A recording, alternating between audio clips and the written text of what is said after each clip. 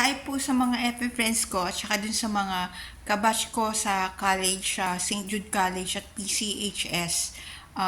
Inad ko po kayo sa aking account para po dumating na po yung panahon na pag nagkita-kita tayo, nagkaroon ng reunion, hindi po kayo mabibigla kung ano po yung mundo ko ngayon. Siguro magtataka po kayo kung bakit may mga poses po kayo nakikita na may mga documents at kami po ay mga nasa sangay ng pamahalaan, anong ginagawa namin doon.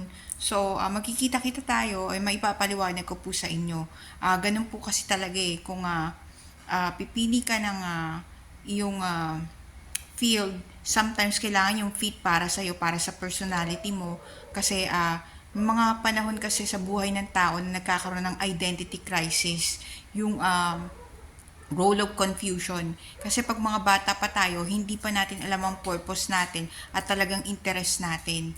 So, may mga pagkakataon na, halimbawa, kumuha tayo ng pare-parehas na kurso, tapos dumating yung panahon, nagkita-kita tayo, yung iba napunta sa mass comm, yung iba napunta sa entertainment field, yung iba napunta sa mga journalism, like yung iba naman napunta sa arts. So, nagkakaiba-iba tayo dahil may mga identity talaga tayo.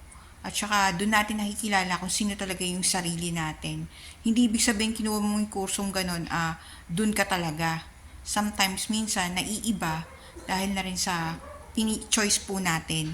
Kasi, merong mga pagkakataon na mas pipiliin mong magsakripisyo dahil kung wala magsasakripisyo, sino ang titindig para sa ganung purpose? Like ito, pinili ko tong pagiging patriot, may dahilan. Kasi sa mga batch po natin, siguro ako lang yung passionate. Kaya ito yung napuntahan kong mundo ngayon. So, hindi naman ibig sabihin, hindi tayo nakapag-abroad is hindi tayo successful. Siguro hindi lang talaga ako colonial mentality at napakahalaga sa akin ng pagkamamamayang Pilipino, mahalaga sa akin ang nasyonalismo. At pinaglalaban ko ang aking pagkamamamayang Pilipino at pinagmamalaki ko karangalan para sa akin na maitaguyod ang pagiging isang Pilipino.